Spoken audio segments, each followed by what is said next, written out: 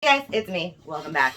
So we are here again with this boho inspired jewelry armoire, and I have taken off all the hardware, but just wanted to show you a little trick for storing them. So with jewelry boxes and jewelry armoires and things of that nature, the little tiny screws can be a serious problem. And I can't tell you how many times I've gone to put something back together and I've had all the hardware in one bag, and then I've had to play a puzzle game of which screw goes with which.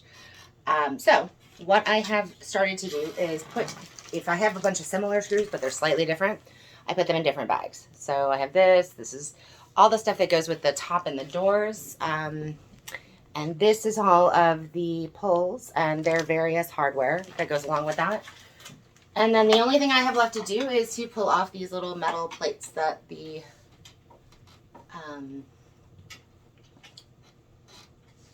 magnetic doors go into. Some people paint these. I like the look of the hardware by itself. Like, I always take off my hardware. I like the look of cleaning it up. And if I want to change it or I want to paint it or something like that, I do it separately. I just think it looks neater that way. That's my personal preference. You can do it however you like, though. Alrighty, so let's go over here. The other one, quick. So yeah, I did say that I wasn't gonna video all the boring parts. Taking off hardware is really boring, but I find that it's just so much easier to paint and work on something if the hardware is off, and then you can do whatever you'd like with the hardware. This hardware is kind of like all this hardware has kind of a darker sheen to it. It's not brass, it's it's just a darker kind of metal, darker kind of base metal. And so I wanted to keep it. I really like the hardware here. This darker brassy base metal kind of thing. I really quite like this, and I think what I'm going to do with it is clean it up and then highlight the details with a little bit of gilding wax. But that's a little ways down the line. Alright, so the next phase of prep, I've already cleaned this very well with White Lightning. White Lightning is a Dixie Belle product that I really like. It's, people have a lot of different ways of cleaning their furniture. This one, for me, very inexpensive.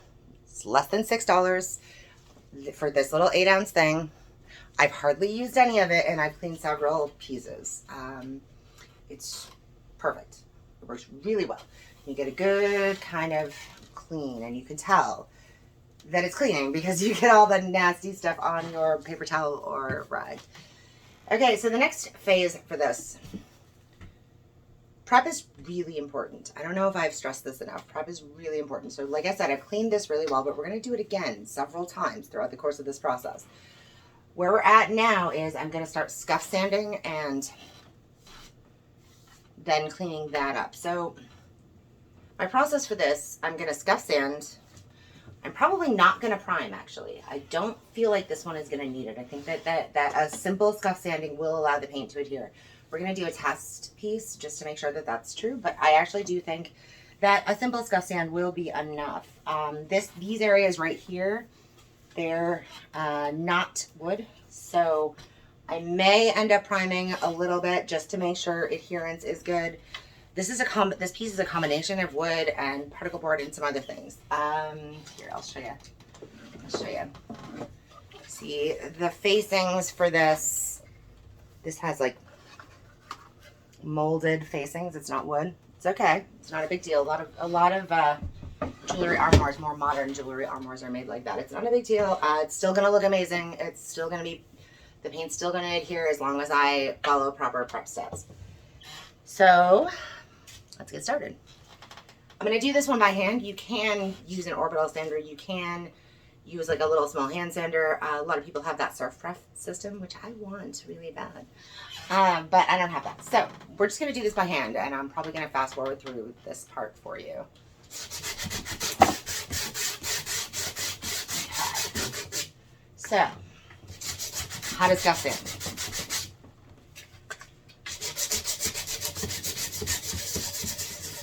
You just want to make sure that you're getting everything sanded. And you can tell, you can see it, you can begin to see it. Let me pull the camera forward so that you can begin to see it.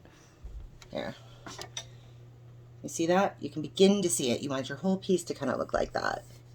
Okay? You want your whole piece to kind of look like that. This helps with paint adherence. Now, with a lot of the things that I do prime, but we are going to use this all-in-one, this silk all-in-one mineral paint. The color is called Oyster. We're going to use that as a base. So this has an all-in-one element, and I'm going to see how it works. We're gonna learn together. Okay, so I'll get this under.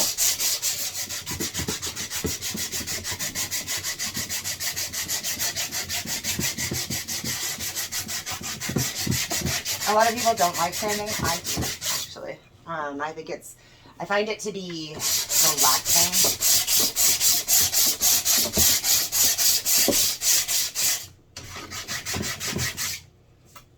And if you're finding it's not really working to your satisfaction, you can just pull out the drawers and do it that way as well. Like, I'm not really loving the adherence in the middle. The top one looks fine though. And you'll notice I'm going against the grain instead of with. You'll see I'm gonna go with the grain at the end. Like, I do both for scuff sanding, and you'll see also how I sand between coats, and you'll see why this works. It's just my method. I'm not saying I'm correct. It's just the way I like to do it, because I find that I spend less time sanding that way. Plus, I already have kind of an idea of what I want to do in terms of the finish, and it's going to involve having a little bit of texture. Not a lot, but a little. So this is going to help me achieve that.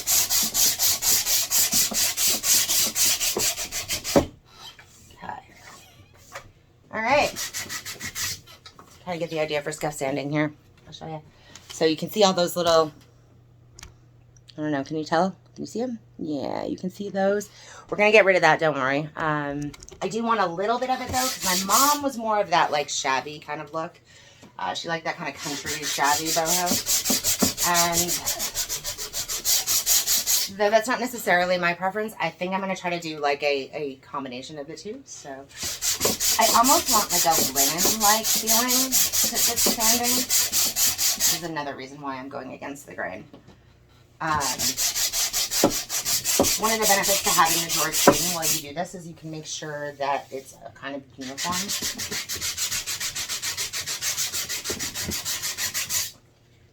And this would definitely be faster with like an Orbital or a hand sander.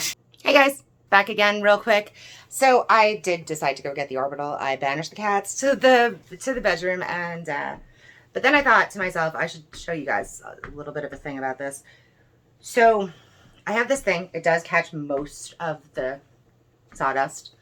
I am still gonna have to, you know, a little bit clean everything, but it's fine. It'll be all right. And I just wanted to show you for scuff sanding, it's best to use the lowest setting on your Orbital sander. And I use a really high grit sandpaper. This provides like a much smoother kind of sand, and it makes it a little bit easier to control what you're doing. Like if you're not trying to sand this whole thing down, and you're not trying to get to bare wood, you're just trying to scuff sand, the whole point of doing that is to create a solid canvas for what you're doing. Now, I told you I wanted to do kind of a linen look and kind of a shabby look. So you can see I have made sure to kind of distress the edges a little bit, and that's going to follow through as part of the overall look when I paint. So things about Orbital sanders, just to review: lowest setting, highest grit. This is 400.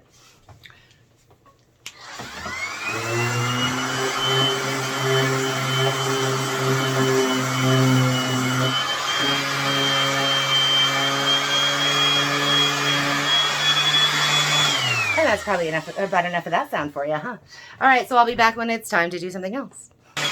So we are just finishing up our scuff sand here, and then I thought I'd bring you in for the next part. So now you can see, take a look at me, or if you take a look at my hand here, you can see there is little bits of powder and dust everywhere. So my favorite tool for this is a Tack Cloth. And I'm using a new one for this, but you don't need a new one for each project. These things literally last forever. I still have some from when I first started doing this on a professional level. I still have some that I bought for that, but I just thought we would do a nice clean one. And it's weird, it feels a bit like touching like a really huge spider web. It's fine though. The benefits extremely, extremely outweigh the downsides. Okay, so we're just going to get rid of all of the little dust and sanding debris before we clean. It's just, trust me on this, it helps, and it makes the cleaning phase take so much less time because you don't have to clean and then clean again to get rid of all the nasty debris that is caused by sanding. So, oh. All right, cool. So, and you'll notice I flipped it upside down. One of the reasons I have done that is because we're going to start the piece upside down.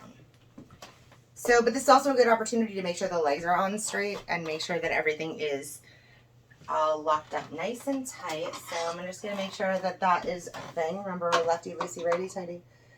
Sometimes I paint with the legs off, but in this case, I'm going to paint with the legs on. So we're just going to make sure all these are nice and tight. I've actually already done this because I had to replace one of these. But it's just a good thing to do right now. This also will allow you to check and see, you know, how the glue and the object was put together. There's some other screws down here too. Just gonna make sure that those are screwed in nice. And everything is all, ooh, hey, look at that. Yep, that one definitely needed to be screwed in. That one was on its way out. Good for it. All right, cool, cool. Okay, and now let's finish cleaning it up. And you can see, you definitely don't want that. I mean, it's kind of hard to tell just based on the color, but you definitely don't want any of that in your base coat. You just don't. Again, proper prep is the key to good adherence, good paint adhesion, and it's also the key to a well-finished project. Okay. Your piece is only as good as your prop. Your finish is only going to be as good as your prop, so don't skimp out on it. Just take your time. Take your time, get it done. It will be good. Okay, take your time, get it done, and it will be, yeah, so you definitely don't want any of that. See that? And that really helps. Now it feels weird on the Tack Cloth feels very tacky on your hands. You probably want to wash them between uses. Let me just put this away over here. Okay. And now we're going to clean again with White Lightning. So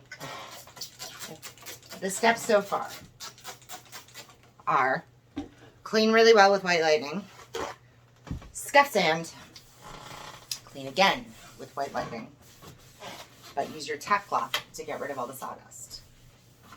Okay? Okay.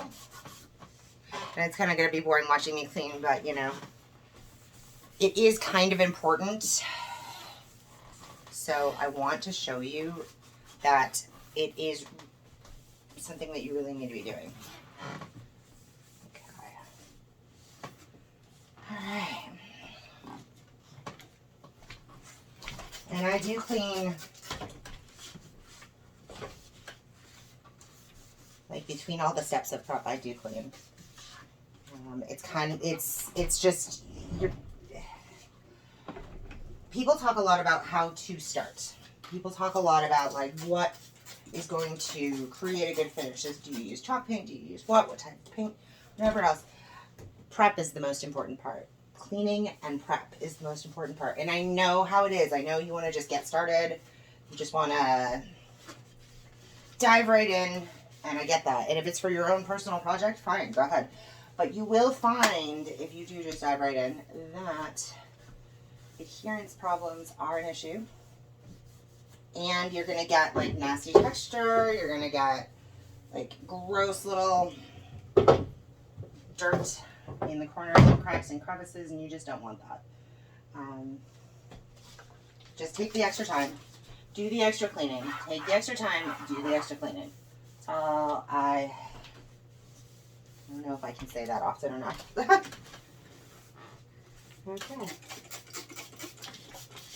Hi. So I just thought I would show you this next phase of prep. I'm using a little bit of Deglosser, just to make sure that I've got all the residue off this. It just wasn't feeling, it wasn't feeling as scuffed as I wanted it to be. And I may sand again, we'll see. But it just wasn't feeling as scuffed as I wanted it to be. And just to be on the absolute safe side, I'm going to add a little bit of Deglosser. Just going to do a deglossing layer. And as you can see, there's still like a little bit of, yeah, it is actually taking something off, like a glossy type finish off. So that is helpful. I do like Deglosser. This step is not necessarily 100% necessary, okay? But I don't like to leave anything to chance. Hey guys, back. So, everything's dry now. All this is nice and clean, and we are at the next stage of prep, which is, a lot of times you have to fill in little scuffs and dings and details and things like that, or if there's anything that you don't want. Like, for example, this right here. See that? I'm not loving it. I'm just not. It's a little cartoonish, and it's a machined detail. I don't like it. Doesn't really fit with my plan. So I'm going to cover it. And we are going, how I'm going to cover it. I'm going to use Dixie Belle Mud in brown. Here, wait. Can you see that? There we go. Okay. And this little palette knife. So when you're using Dixie Belle Mud, one thing to keep in mind is that you have to store that in your fridge. It'll stay good for a while if you do that. So you can see the consistency. It's literally just like mud. And you don't need a whole lot. So you don't need a whole lot. So you can just put that on your palette knife here. And we're just going to work it into the details. You don't need a whole lot. As it dries, it will sink in just a little bit. So you can add extra, more than you think you need. A little bit more than you think you need. All right, we're just minimizing this detail here.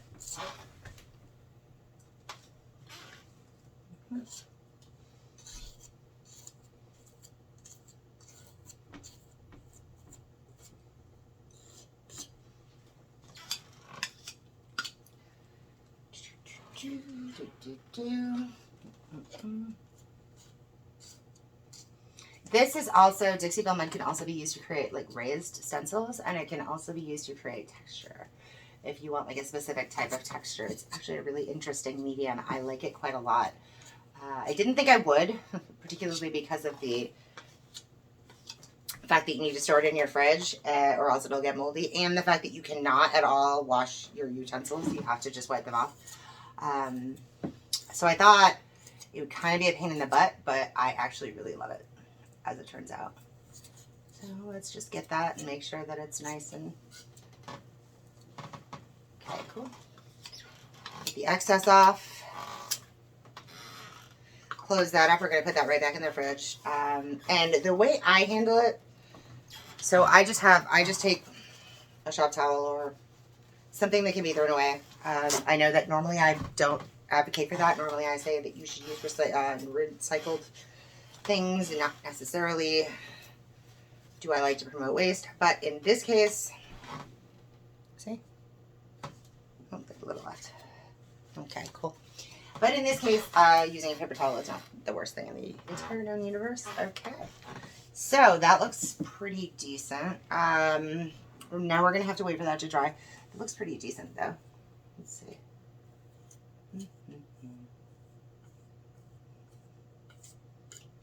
All right, cool. All right, there's that. So we're going to wait for that to dry.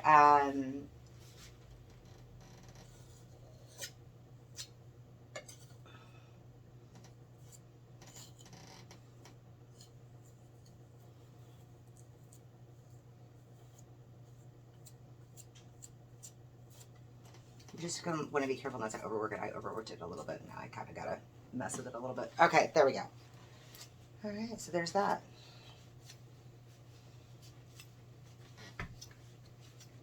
And now we wait for that to dry. Okay, final phase of the day. We're going to do our little test area with the Dixie Belle Silk Line in Oyster, okay?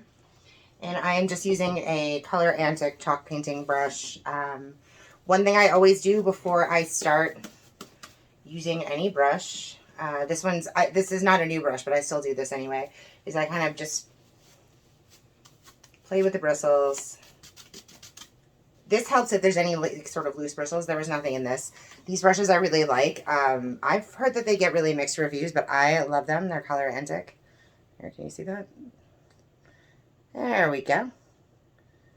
So I really like them. I have a bunch of different sizes, and I use them for a lot of things. I really think that they're, for the price, a really versatile paint. So this will be the first time I'm opening this. I'm super excited. Okay, and I've never tried to apply this. I'm assuming that because it's an all-in-one mineral paint, it's going to be a little bit different to apply than a traditional chalk paint. And so we're going to learn all about that right now. So let's see. Okay.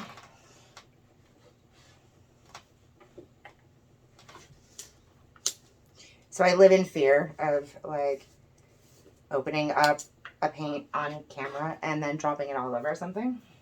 This has happened before. I have completely opened up paint and then dropped it all over something. Ooh, look at that. Nice protective seal. It's still on. I mean, not that I expected it not to be, but yes. Okay. All right, so there's...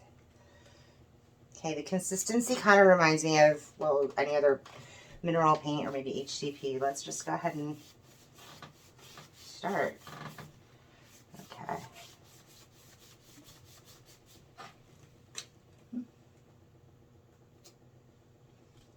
Oh, I do actually like that. Oh, I can tell it's going to dry quickly, though. Well, that's cool. It's good to know. I don't have my mister handy because I'm just doing a quick little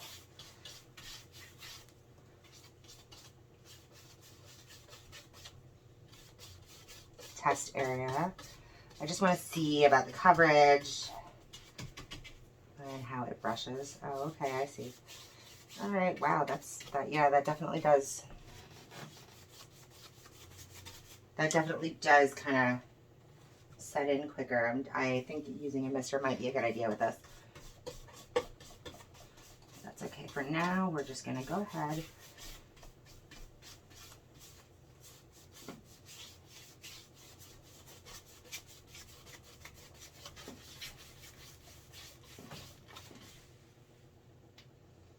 Okay, I really like it so far, actually. This is nice. This it's really nice, actually. It's pretty easy to get the brush strokes to go away. Also, in a very similar kind of way to chalk paint. We'll see. I haven't read this. I'm pretty sure it's probably self-leveling, but I'm just going to have to read that again and check. But yeah, this is nice. I like the feel of it, actually. I really do. Alright. Nice. Alright, so we're going to let that dry.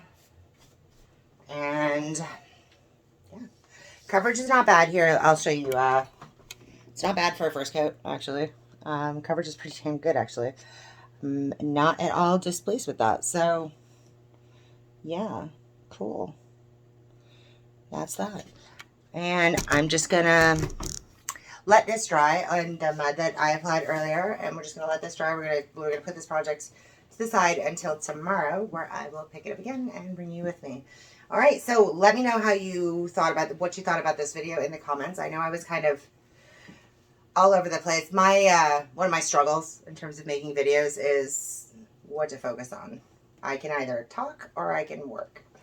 So yeah, that's one of my struggles for what to focus on. But don't forget, see, look, see, I was talking.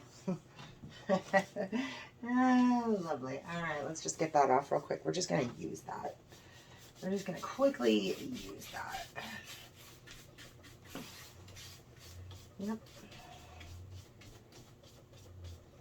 Oh, that's cool. Okay. All right, that's not bad. I can see the potential for overworking it. Okay, that's not bad. We're just gonna put that right there. Oh wow, that coverage is really nice. The coverage is really nice, actually. I'm quite impressed for a first coat. Yeah, that's really not bad. I'm quite impressed. Okay, cool.